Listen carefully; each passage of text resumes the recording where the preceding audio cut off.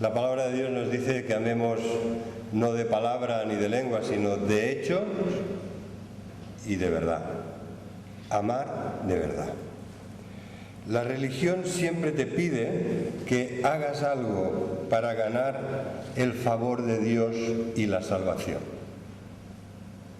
Cristianismo malentendido, ¿no? Ya sabéis que venimos de un país donde la tradición católica nos decía, a ver, sí, pero las buenas obras, las buenas obras que no falten, las buenas obras que pesen más, las buenas obras que lo otro.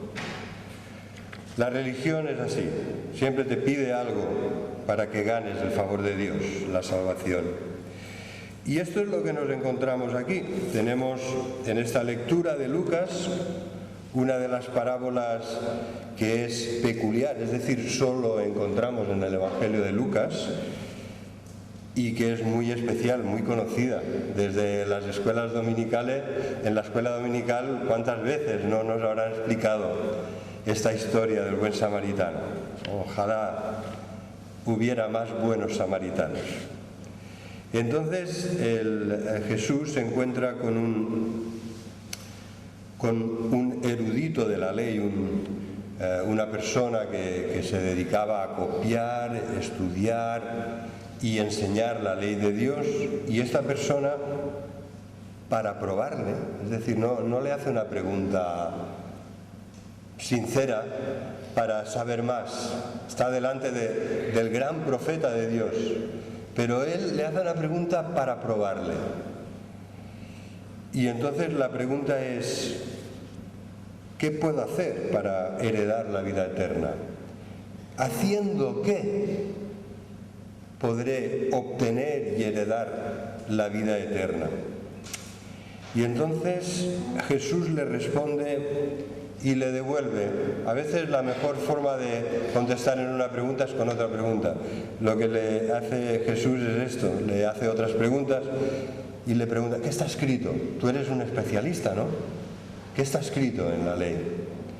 ¿Y cómo la interpretas? ¿Cómo lees? Es cómo la interpretas, ¿no? Cuando la lees, ¿cómo la entiendes? Porque claro, una cosa es leer la Biblia, pero lo importante es leerla de tal manera que la entendamos. Y de tal manera que, habiéndola entendido, la hagamos. Entonces Jesús va por ahí y le pregunta, bueno, a ver, ¿qué está escrito? Tú que eres el especialista, ¿y cómo lo interpretas? Y entonces el intérprete de la ley, el escriba, respondió como Jesús lo hubiera hecho. Porque de hecho en otras ocasiones es Jesús mismo quien da esta respuesta. Pues amarás al Señor tu Dios con todo tu corazón y con toda tu alma, con toda tu mente y con todas tus fuerzas. Y ama al prójimo como a ti mismo. Jesús en otra ocasión dijo, estos son los mandamientos más importantes. No hay otros mayores, más importantes que estos. Ama a Dios y ama al prójimo. Cuando el escriba le hubo respondido con esta sabia respuesta, Jesús le dijo, bien, has respondido muy bien. Haz esto y vivirás. Haz esto y vivirás. Bueno, enseguida el escriba empezó su mente religiosa, se empezó a subir de revoluciones y pensó, amar a Dios de esta manera, sobre todas las cosas, con toda mi alma y con todo mi corazón, con toda mi mente, con todas mis fuerzas, ¿quién puede amar a Dios así? Y entonces empezó seguramente a mirar a su alrededor y él, que era una persona acomodada, con estudios, empezó a ver a personas pobres que no tenían apenas nada, que quizás estaban pasando hambre y necesidad, y se dio cuenta, bueno, si les amara como a mí mismo, de lo que yo tengo empezaría a compartir, a repartir. O sea que algo tan sencillo, una respuesta, ama a Dios y ama a tu prójimo. En realidad, cuando tú te planteas que esto se tiene que hacer bien, como Jesucristo lo hizo por nosotros, es un listón imposible de saltar. las dimensiones de amar a Dios de esta manera sobre todas las cosas y con todo nuestro ser, las dimensiones de amar al prójimo como a nosotros mismos, adquiere unas exigencias de tal calibre que tendríamos todos que dedicarnos, lo que decía Jesús, vende lo que tienes y dáselo a los pobres y sígueme. ¿Verdad? No podríamos acomodarnos como hemos hecho. Claro, la iglesia de hoy es una iglesia de 2000 años que interpreta a Jesús con 2000 años de historia. Y decimos, a ver, ante todo mucha calma, que una vez venda todo lo que tenga y lo dé, me quedo sin nada. Voy a pensarlo bien, ¿cómo lo tengo que hacer? Me acuerdo de una ocasión que yo era muy joven en la fe, predicaba en el País Vasco, y al acabar la predicación de unas palabras de Jesús que decía esto, pues bueno, manada pequeña, no temáis, vuestro Padre cuida de vosotros, vended lo que tenéis, haced misericordia con eso que os sobra, con eso que poseéis, haced misericordia a los que lo necesitan. Y entonces se me acerca un señor y dice, oye, esto precisamente es lo que me ha impedido a mí entrar por la puerta estrecha toda la vida, porque me doy cuenta que es una exigencia enorme lo que Dios está planteando. Y es verdad. Es verdad, cuando Jesús dice, haz esto y vivirás, está diciendo, hazlo si eres capaz. ¿Qué le pasó al joven rico? Cuando Jesús ese joven pretendía haber obedecido a la ley perfectamente toda su vida. Y entonces Jesús le dice, a ver, pues vende lo que tienes, dáselo a los pobres. Fijaros que Jesús no hacía como las sectas dicen, vende lo que tienes, me lo das a mí. No, Jesús le dijo, vende lo que tienes, dáselo a los pobres y necesitados y sígueme. Pero su corazón estaba tan apegado a lo que tenía, era una persona rica, de muchos medios, que no podía desprenderse de eso. Amaba más las riquezas que tenía que seguir al Dios que se había humanado y que le estaba ofreciendo la gran oportunidad de su vida. Entonces, ahí están las palabras de Jesús. ¿Qué dice la ley? ¿Cómo la interpretas? Ama a Dios, ama al prójimo. Y entonces ya acorralado ese hombre se quiso justificar a sí mismo. ¿Sabes? Quiso encontrar alguna excusa que le fuera útil en aquel momento en el que se vio delante de la pureza de la palabra de Dios. Ama a Dios y ama al prójimo. Ayúdalos con lo que eres y lo que tienes. Y entonces cuando se vio acorralado se quiso justificar y dijo, bueno, pero ¿quién es el prójimo? ¿Tengo que ayudar a todos? ¿Tengo que ayudar a los más pobres y necesitados? ¿Quién es el prójimo? Y Jesús le cuenta entonces esta parábola.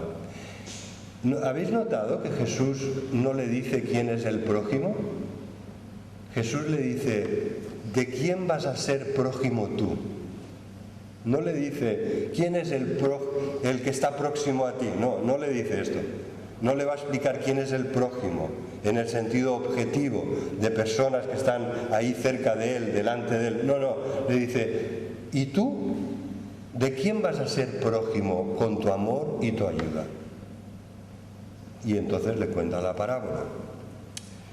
Y la parábola es que vivimos en un mundo de pecado, mundo maravilloso, llena de cosas preciosas que ha creado el Señor, pero es un mundo complicado, muy complicado, es un mundo peligroso. No te puedes considerar seguro a veces ni en tu propia casa.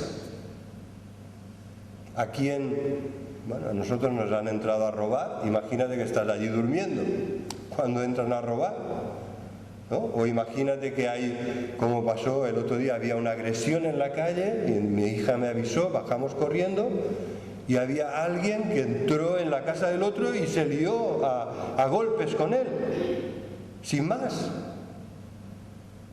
Realmente vivimos en un mundo muy civilizado, muy avanzado y muy complicado. ¿Por qué? Porque el mundo se ha civilizado mucho, ha evolucionado, la tecnología está, increíble, ¿no?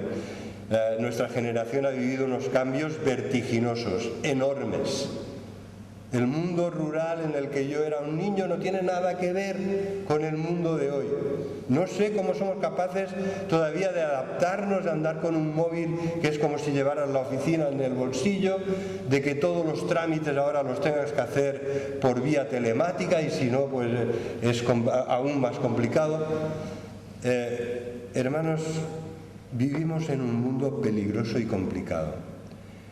A veces somos como el avestruz, no queremos verlo, ¿sabes? Vivimos de mi casa a la iglesia, de la iglesia a mi casa, a 4 cosas más que son nuestros itinerarios cotidianos, pero realmente a la que sales de tu zona de confort, de seguridad, vivimos en un mundo muy complicado. Aquí tenemos hermanos que trabajan de taxistas. Pregúntales en qué ciudad vivimos. Te dirán, una cosa es la Barcelona de día y otra cosa es la Barcelona de noche. Son 2 mundos. Es como Romanos capítulo 1, Barcelona. El mismo mundo corrompido que Pablo veía delante de sus ojos es el mundo en el que vivimos nosotros ahora. El ser humano ha cambiado mucho, pero en esto no ha cambiado. Seguimos siendo pecadores, egoístas, violentos, mentirosos y una larga lista que no acaba. Así que, hermanos, ¿qué le pasó al hombre de la historia? Pues era un hombre que viajaba, seguramente por trabajo, como muchos de nosotros lo hemos tenido que hacer, viajaba y se encontró con unos ladrones que le quitaron todo y lo dejaron medio muerto. Dice el texto, medio muerto, de una paliza terrible que le propinaron. Entonces vemos que de golpe esa persona tiene la economía destruida, su vida a punto de perderla, la salud completamente quebrantada, malherido. ¿Y ha cambiado el mundo? Pues temo decirte que no, que no. No salgas de ese ambiente seguro que es tu hogar, tu iglesia y tus zonas de seguridad, porque el mundo en el que vivimos sigue siendo un lugar complicado y peligroso. Perdió la economía, perdió la salud, emocionalmente se quedó destrozado y seguramente espiritualmente también. Porque cuando te pasan cosas graves, te puedes preguntar, ¿dónde está Dios cuando a mí me está pasando esto? ¿Dónde está Dios cuando duele? Os recomiendo este libro de Philip Yancey. ¿Dónde está Dios cuando duele? Cuando te pasan cosas, porque tu salud es tocada, tu economía, tu familia, vivimos en un mundo lleno de ideas, de ídolos, de confusión. Espiritualmente es un mundo complicado. Tenemos que estar muy agradecidos al Señor que tenemos la luz de la vida, porque en su luz vemos la luz, porque en su palabra tenemos lámpara a nuestros pies y lumbrera a nuestro camino. Tenemos que estar muy agradecidos, porque, hermanos, sabéis, también los religiosos fallan en lo esencial. Cuando dejaron a este hombre medio muerto, pasó un sacerdote que era el último peldaño más alto de la religión de la época. Pasa el sacerdote y mira para otro lado y se escapa. Y después pasa un levita que era el cuidador del templo, el grupo de alabanza del templo de Dios eran los levitas. Y también ve a aquel hombre medio muerto y dice, uy, qué problema, se va corriendo por el otro lado. No quieren verlo, no se paran para ayudar. Y entonces para aquel al que todos critican porque es un paria, porque es un samaritano, porque es un hereje, porque es un heterodoxo, porque es una raza inferior, porque es un extranjero. Y es él el que tiene un buen corazón de amor y misericordia y se para y ayuda. Los religiosos fallan en lo esencial, que es la misericordia y el amor, pero el samaritano lo cura, lo lleva al hospital. En aquella época el mesón era el hospital, y lo hemos visto aquí muy claro, pren cura, ¿no? Cuídamelo. Estas son las palabras. Toma 2 denarios, sería el equivalente hoy 200 euros, ¿vale? 2 denarios. Y después le dice, cuídamelo, si te gastas más yo vendré y te lo pagaré todo lo que te hayas gastado de más. Por favor, cuídamelo. Él primero lo curó, lo lavó, lo transportó a un lugar seguro y dejó las instrucciones. ¿Quién es? ¿Quién es el prójimo? ¿Quién fue el prójimo del hombre atacado, robado, herido y medio muerto? El que lo miró con amor, el que se paró y actuó con misericordia, el que le curó y le ayudó. Él es el prójimo. Entonces Jesús mira al especialista de la ley, ¿vale? En este caso nos miraría a los pastores que hemos dedicado toda la vida a la palabra de Dios, mira a los que más saben de la palabra de Dios, en este caso el escriba, el especialista, el intérprete autorizado, y le dice, es tan sencillo como esto, haz tú lo mismo. Querías excusarte, ¿y quién es mi prójimo? A ver si me voy a tener que ahora que complicar la vida con tantos pobres y necesitados que hay a mi alrededor. ¿Quién es tu prójimo? No, dice Jesús, esa no es la pregunta. ¿De quién vas a ser tú el prójimo? La persona que se acerca para ayudarte, porque la palabra prójimo significa esto, el que se acerca a ti, el que está cerca de ti y el que está cerca de ti con amor y misericordia para ayudarte. Hermanos, a veces vemos al necesitado y apartamos la vista, no lo miramos con amor. Sabemos que esto tiene muchas implicaciones para nosotros. Preferimos apartar la vista, no verlo, pasar de largo. Pero Jesús nos dice, no, haz tú lo mismo, párate, habla, ayuda, cura, comparte lo que Dios te ha dado, ayuda a los otros. Si la Iglesia hace esto, que lo intenta hacer, me consta que lo intentamos hacer, la Iglesia tiene sentido, la Iglesia tiene un propósito, porque además de anunciar la palabra de Dios, el Evangelio de nuestro Señor Jesucristo, que es el pan de vida, además da el pan a los que tienen hambre y la ropa a los que pasan frío o no tienen ropa buena para poder vivir en la sociedad, encontrar un trabajo y salir adelante. Qué bueno, hermanos, que nos reunimos a una iglesia que es un ejemplo para nosotros en esto, la obra social de Bonanova, que es una iglesia que se ha esforzado en este año. Vienen muchas familias necesitadas. Todos nosotros podremos colaborar en el ropero, en el banco de alimentos, yendo a buscar, repartiendo, todos podremos colaborar de una manera u otra. Simplemente trayendo ropa, trayendo alimentos, ofrendando para que esto siga siendo posible, o dándote a ti mismo con amor, dando tu tiempo, dando un pedacito de tu vida para atender a los que lo necesitan. Quizá os habéis preguntado, ¿y por qué José Luis el último día ha escogido este pasaje? ¿No? ¿Cuál es el propósito? Bueno, es un pasaje precioso que trae una enseñanza significativa, vigente, pertinente para todos nosotros hoy. Pero lo he hecho porque para mí, en el momento más difícil de mi vida, cuando me pasó algo parecido, diferente, nadie me pegó una paliza, nadie me dejó malherido ni medio muerto, diferente.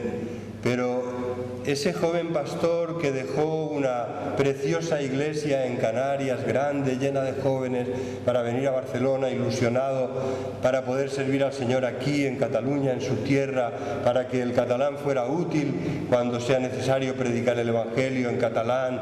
Y cuando habían pasado 7 años, tuvo una situación muy difícil, en la que se quedó muy maltrecha su economía, muy maltrecha también su salud y la de su mujer, en la que incluso sus hijos se vieron afectados, porque era una familia, un matrimonio con 4 hijos adolescentes.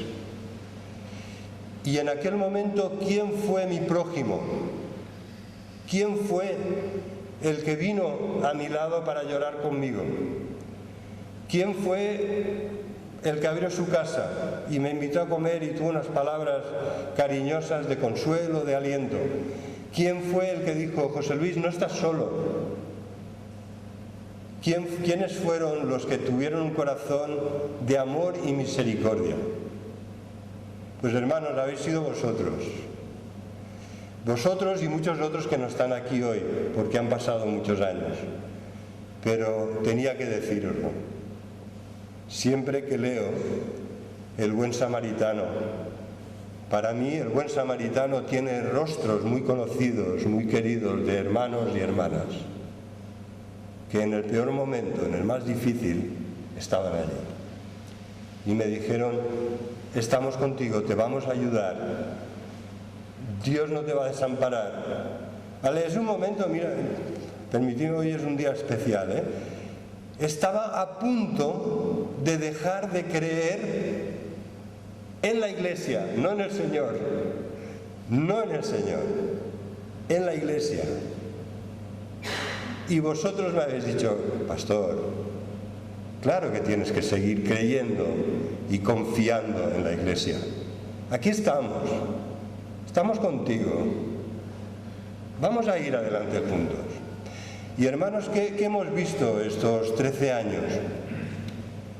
Podríamos ser muy triunfalistas, podríamos ser muy pesimistas o derrotistas, ver las cosas con unas gafas muy negras. No queremos ni una cosa ni otra. No queremos en ningún momento hacer ostentación de nada. Pero es una iglesia que nació en una situación de crisis y es una iglesia donde el amor de Dios ha estado presente entre nosotros como hermanos y hermanas en Cristo, pero también ofrecido a los que han ido llegando. Y en esta iglesia se han ido integrando personas, han pasado en 13 años más de 100 personas. Habremos llegado con el Evangelio a un número indeterminado, no sabemos, pero aquí a la iglesia ha habido cultos que llegaban 100 personas nuevas para el culto de bautismos que tenemos el día 4, el día 18 y el día 2 de julio. ¿Vale? 3 cultos de bautismo tenemos. ¿Vale? Pues podemos invitar. Yo me acuerdo una vez cuando se bautizaron familias muy queridas que tenían muchos amigos, vinieron más de 100 personas a la iglesia ese día. Nuevas, que no eran de la iglesia, hermanos de otras iglesias, amigos de la familia, familiares, amigos de los jóvenes que se bautizaban. ¡Qué bonito, hermanos!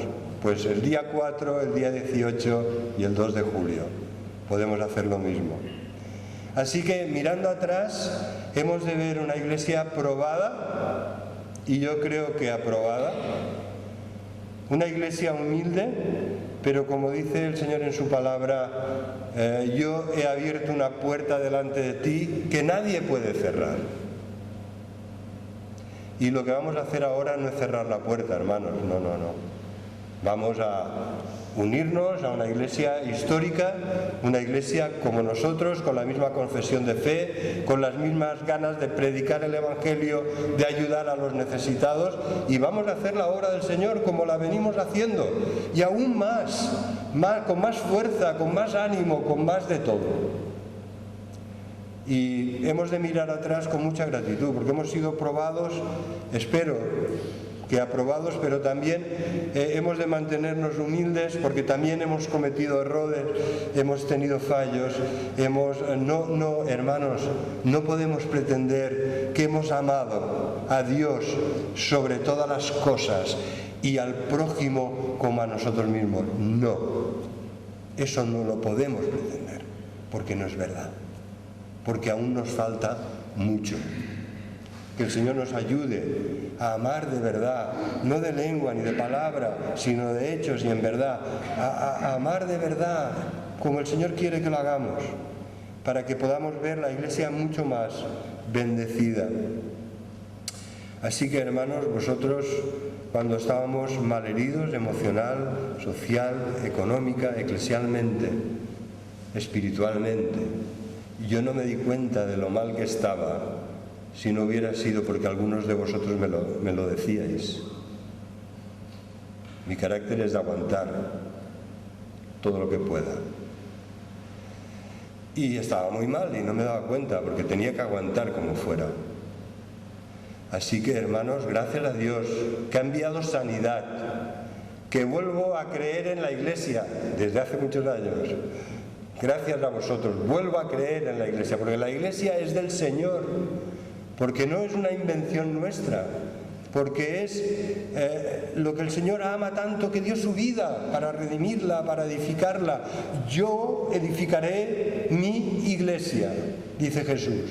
Y ahí estamos nosotros, colaborando con Él, como coedificadores juntamente con Él, de esa iglesia que Él ama, y Él sí que la ama de verdad, dando su vida, derramando su sangre, y nosotros vamos a seguir sirviendo a su lado, colaborando con Él, como Dios quiere que lo hagamos. Y hermanos, ¿qué vamos a hacer? Vamos a ser agradecidos hoy, mirando 13 años atrás. Claro que sí, porque aunque nos hayamos equivocado y hayamos fallado y hayamos cometido errores, la fidelidad del Señor nos ha sostenido siempre.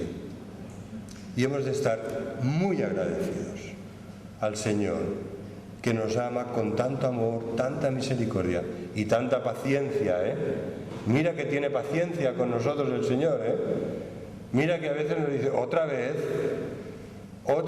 vas a tropezar en lo mismo. Qué paciencia tan grande tiene el Señor. Sabéis, Lucas nos relata también una historia que solo la relata él, ¿no? De cuando sanó a 10 leprosos. 10 leprosos. Jesús tenía algo especial con los samaritanos. Los judíos los odiaban mucho, no los podían ni ver, pero Jesús dijo, no, el Evangelio es para todos, es para los judíos, vale, primeramente para los judíos, pero después para los samaritanos y después también para los romanos, estos tan malos que son los que se llevan el dinero de Israel y nos oprimen con sus ejércitos. ¿Verdad? Jesús dijo, el Evangelio es para todo ser humano que se arrepienta y crea. Y entonces cura a 10 leprosos, pero solo uno de ellos, viendo que había sido sanado, porque Jesús les dice, id al sacerdote y mostradle al sacerdote que habéis sido curados. Cuando iban para allá, fueron limpios de esa terrible enfermedad que es y era la lepra. Y entonces solo uno de ellos, viendo que había sido sanado, volvió glorificando a Dios a gran voz, se postró con el rostro en tierra a los pies de Jesús, dándole las gracias. Gracias, Señor, porque me has sanado. Los otros 9 se fueron, cada uno por su lado, se fueron al templo a que los declararan limpios y a poder retomar su vida. Pero este dijo, no tengo que volver a dar gracias a quien me ha sanado. Y dice Jesús, era samaritano. Los otros 9 no, eran judíos, porque era una región fronteriza entre Galilea y Samaria, la Galilea judía y la Samaria maldita para muchos. Y entonces dice Jesús, y era samaritano. Hermanos, hoy va de samaritanos. Hemos de ser nosotros el buen samaritano que ayuda. ¿Vale? Yo he mirado, Dan hizo unas pruebas y tal, y no hay sangre judía en nuestra familia, al menos que se sepa, en el estudio ese de los cromosomas, los genomas y todo eso. Pero sabéis, somos el verdadero Israel. No hay sangre judía, pero somos el verdadero Israel. El Israel de Dios. El Israel que, como Abraham su padre, confía en el Señor y le sirve y le sigue. El Israel que ha abrazado a Jesús, el verdadero israelita, el verdadero Mesías del pueblo de Israel. Y en él somos salvos y somos santos y hemos sido sanados. ¿No volverás tú? ¿Serás de esos 9 que se van y si te he visto no me acuerdo? ¿No volverás tú? Bueno, pues gracias, porque hoy habéis vuelto, porque hoy hemos vuelto a la iglesia, como cada domingo. Hoy hemos vuelto y hemos venido aquí para dar gracias a Dios, porque mirando atrás hay muchas cosas, pero en nuestro corazón tiene que haber una que predomine sobre las demás, que es la gratitud. Gracias, Señor. Gracias porque hasta aquí nos has ayudado. Que el Señor os bendiga. Amén.